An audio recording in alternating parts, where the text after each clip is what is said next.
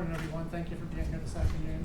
My name is Keith Avery. I'm the Communications Director for the Department of Adult Correction. We have 4 people today. We'll have remarks for you. First, you'll hear from Secretary Todd Ishii with the North Carolina Department of Adult Correction. After that, it will be Sheriff Charles Blackwood from Orange County. Following him will be Special Agent in Charge Bob DeWitt from the FBI's Charlotte Field Office. And then finally, we'll have Glenn McNeil, the U.S. Marshal of the Eastern District of North Carolina. So I'll turn it over to Secretary Ishii to get started. Sir? Well, good afternoon, everyone. We are very thankful to be here today with escaped murderer Ramone Alston safely back in custody. His recapture happened without injury to anyone, which is a significant and reassuring outcome for all of us. Today, Alston is in a cell at the high security maximum control unit at Granville Correctional Center. Granville is the most secure unit in our state prison system. He will resume serving his life sentence there and could face additional charges related to his escape. While we can't provide specifics about how Alston was located, I can assure you it was the result of exceptional investigative work and dedication from the team that was assembled to work this escape. I'm grateful for the people standing here with me today and the hundreds of officers, deputies, agents, and investigators who they represent that all worked so hard this week with great collaboration to bring Alston back into custody. We will be working with our federal partners to review information and determine if any individuals are eligible for reward funds. We're conducting an internal investigation and an after-action review that will identify areas for improvement based on lessons we learned during this incident. I'd particularly like to thank Orange County Sheriff Charles Blackwood for the amazing support and resources offered by him and his staff this week. The FBI and the United States Marshal Service were critically important too, providing investigators, analysts, tactical teams, and reward money to help in this effort. The Orange County Emergency Services and Emergency Management team organized us all very well and very effectively. They planned the 2-day ground search and operations in areas immediately around the hospital where this incident took place. We are grateful for the expertise they brought to this operation. The list of others who assisted is lengthy, but I'd like to take a moment to run through it quickly to thank all of those men and women who contributed to this successful outcome. Sheriff's offices from Vance County, Chatham, Durham, Person, and Alamance counties. Police departments from Hillsborough, Chapel Hill, and Carrboro all provided valuable resources. The North Carolina State Highway Patrol provided air support and ground support. Durham Technical Community College provided all of us with plenty of workspace on their Orange County campus. UNC Hospitals Police were very supportive and cooperative, and we greatly appreciate their partnership in providing health care for our offender population. Last night, the FBI SWAT team, Kannapolis Police, and Charlotte-Mecklenburg Police were on the scene when Alston was captured. We thank them for going into harm's way to capture Alston. Many other law enforcement offices this week checked leads within their jurisdictions when they got a call. We cannot thank them enough. I'd like to thank the North Carolina Department of Public Safety for support from ALE agents and for the use of this press facility today. And finally, as we wrap up, thank you to all of our Department of Adult Corrections staff who have helped in countless ways through this entire event. I apologize as we move forward if I left anyone out, but the bottom line is I truly appreciate this cooperative and collaborative effort, and I'll tell you, it was none like I've experienced in my corrections career. I'm extremely grateful to everyone who assisted, and will now turn back over to Keith. Thank you. Sheriff? Thank you all for being here. Director Shee, I want to say to you personally that when you came to North Carolina, we were extremely proud of the person that stepped into the role that you assumed. And I've never been more proud to call you my friend and colleague. I just want to say that. The other thing I want to talk about is the partnerships that we have had over the last couple of days. The partnerships weren't formed overnight. They formed over time. And one person whose name has not been mentioned needs to be mentioned, and that is Kirby Saunders. He is the Emergency Service Director for Orange County, and he taught me several years ago about a program that works when you're trying to find lost people. Well, that program works when you're trying to find people who want to be lost too. And he did an amazing job of bringing resources together and getting us in the same room, and J.B. Buxton gave us that room at Durham Technical College to come together and work as a team in a collaborative effort like nothing I've ever experienced before. There were no margins, no lines, no delineation between agencies. One badge, one mission, one purpose. So Kirby, thank you very much for that. We mentioned that Jacobia Crisp, an accomplice, was taken into custody in Alamance County. She is in Alamance County detention now and will be coming to Orange County soon, and will have her first appearance there. The investigation into what actually took place, rather than speculation from everyone about what took place, will hopefully lead us to the facts about what happened. So I would ask everybody to be patient as that investigation continues.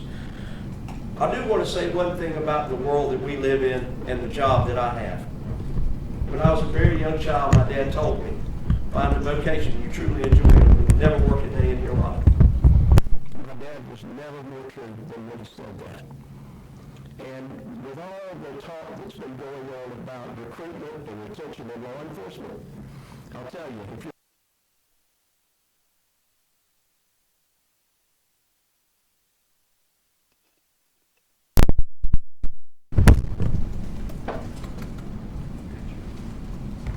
Good afternoon. My name is Bob DeWitt. I'm the Special Agent in charge for the FBI in North Carolina. I'll be brief. I just want to say thank you all for coming out to hear a little bit about the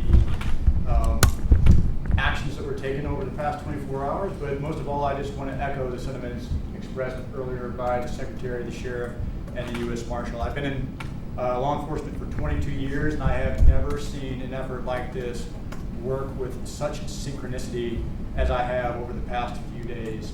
There were no personalities that interfered with the investigation, and the folks that were on the ground doing the work that needed to be done worked shoulder to shoulder from beginning to end. Many of them still have not slept.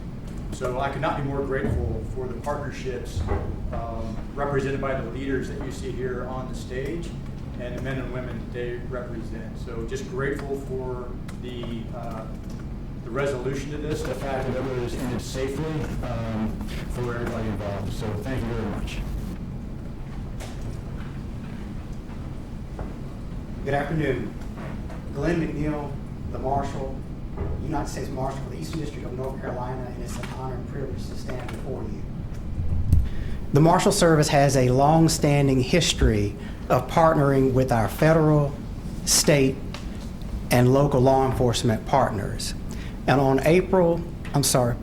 August the 13th, that was clearly evident when Secretary Ishii called me that morning about this offender.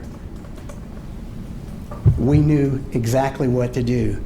The relationships that we have, that we formed through our various task forces, we immediately activated and have worked nonstop for the last 3 days.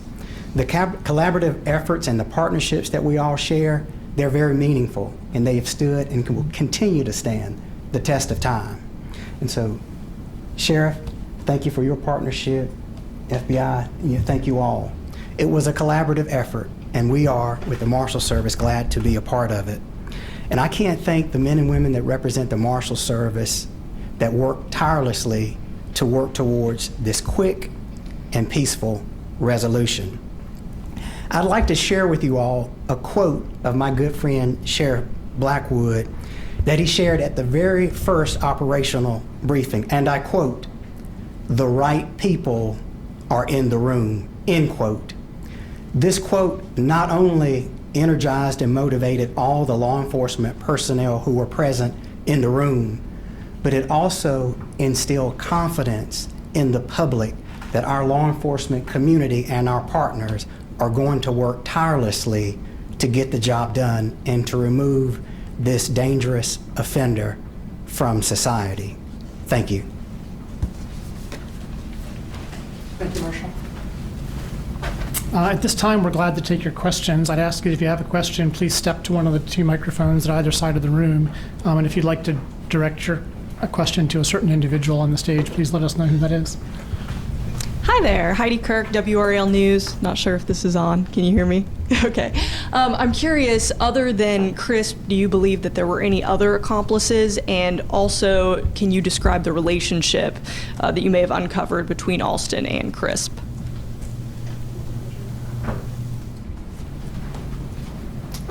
So it's our understanding that the relationship began several months ago between our inmate, who's now back in custody, and Jacobia. I will tell you that that relationship was by phone, mostly, and it was developed after he became incarcerated.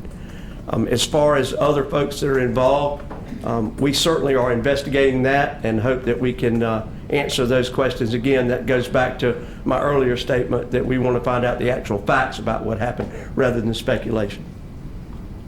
Thank you. Hi, William Tong, News and Observer. I just wanted to ask, is there any indication right now of how the inmate was able to remove his leg restraints or any other information about the actual escape?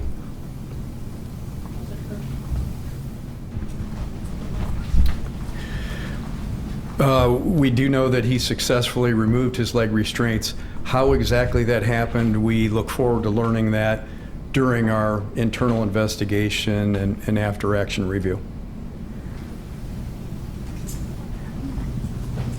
This microphone was not made for somebody who's short. Elena Athens from ABC 11. I believe it was the secretary who mentioned about a reward and the eligibility.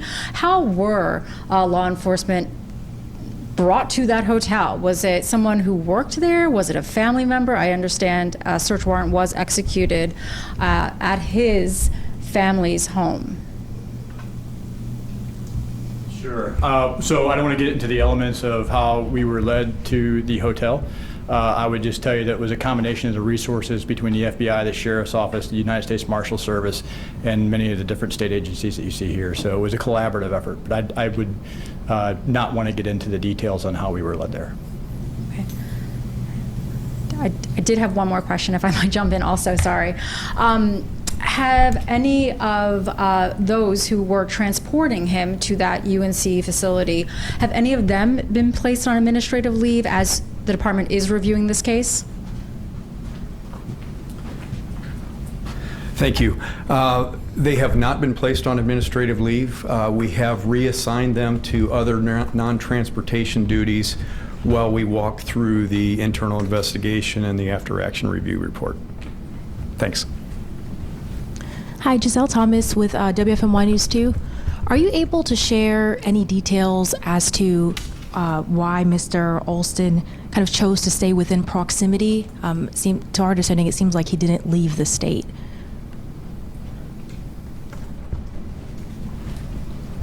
I want to make sure I understood the complete question, and that is why he stayed in the proximity. Because the resources that he had were not strong enough to get him out of the proximity. When you're running like that, you don't think straight, you shelter down. He felt like he was far enough away until he could make other arrangements, but it's only been 3 days, so he didn't have a lot of time to do that. I do have a quick follow-up as well. For the woman that for the woman who was the accomplice or who were pointing with Miss Chris, I wanted to ask, because in the court records, it does show that she had posted her bond. So with her posting her bond, does that mean that she's going to be still coming back? I know you mentioned that she's going to be back in Orange County custody. Just wondering if she's able to be released, and she did post it. So in the event that someone posts a bond, they're able to be released from detention. If they have a first appearance, they're bound to appear for that case. That's what the bond is, to ensure that they do appear for their next court date. Hi, if it's all right, I had two other follow-up questions. Again, William Tong from the News and Observer. First, I wanted to ask what the estimated cost of this capture was, and second, if there were any changes to protocols for any of your agencies or operations that you have learned or has come out of this.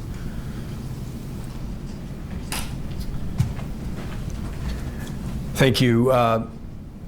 We're not at the point where we've fully calculated all the costs. You know, there were several jurisdictions involved, and we'll do that. Second question, I just want to make sure I understood. Have we incorporated any changes? We are in the process of doing that. That's the after-action review will likely prompt changes and how can we do things safer and better. We've been consumed up until this morning with focused on apprehension of Alston. Thank you. Thanks.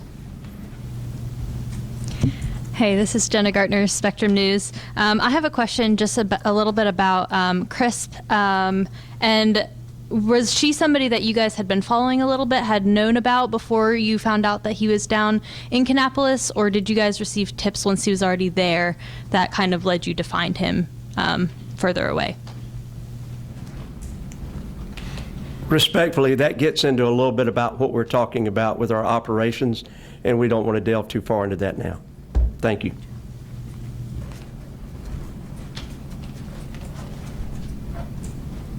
Hi there, Heidi Kirk again, WRAL. Another question about CRISP specifically. I'm wondering if you have any indication as to whether, they were in communication, while he was in custody, leading up to, him getting out, or did they link up, post him escaping?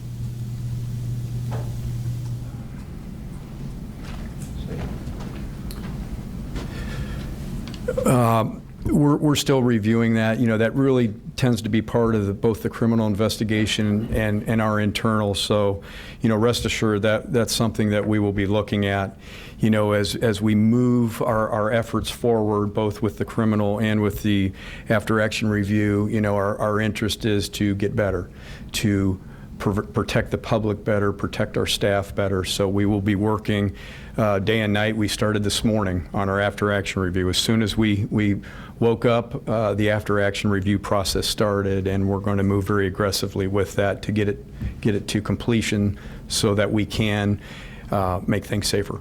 Could you go a little bit more in depth on what that after-action review looks like? Sure. It's very common. We use it often following an incident. We are going to assemble a large team. This was a big incident, so we will have several staff from many different disciplines involved in that. They will be working over the course of the coming weeks to just review everything about the incident, analyze our policies. How can we make our policies better? Look at our practices. How can we still deliver community standard health care, but be safer, and make sure that we do everything to ensure that something like this doesn't happen again. Thank you. Thanks. Let's take a question from Ben, and then we'll wrap. Ben Boken, CBS 17. I think this question might be best for Sheriff, but can you describe, from what you've learned, what this relationship was like with Crisp and Ramone Alston? Based off of everything you've learned, can you describe how their relationship kind of developed? I cannot describe what their relationship was. She's not in the detention center. He is. So we know it was through telecommunications of some sort. But how detailed that was, or whether that was something more than just a friendship, I can't answer that now. That is also something that's under investigation. Is there any word on how they met?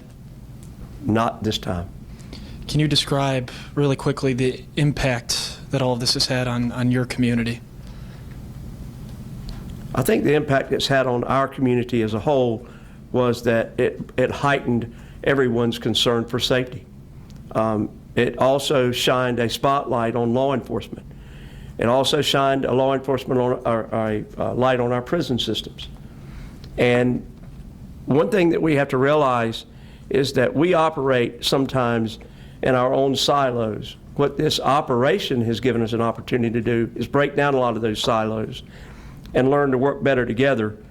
And as we talk about the hot wash and after action reviews, so much has been learned about how to keep our community safer and how to make our public feel better about what we do. There's been a tremendous loss of respect for law enforcement over the past 10 years. But it's not just law enforcement. Society has lost respect for one another. And if I had a magic something to make this all be better, I would hope something good could come from this incident. But I think we've all worked very hard at this. And I think our community probably feels a little bit better about what we do and a little bit more about what we can offer to them as far as keeping them safe. Thank you all, and thank you for your efforts in the media and helping us spread the word about this escape and get Alston back into custody. So we'll keep you informed as investigation progresses and things develop. But thank you all for being here.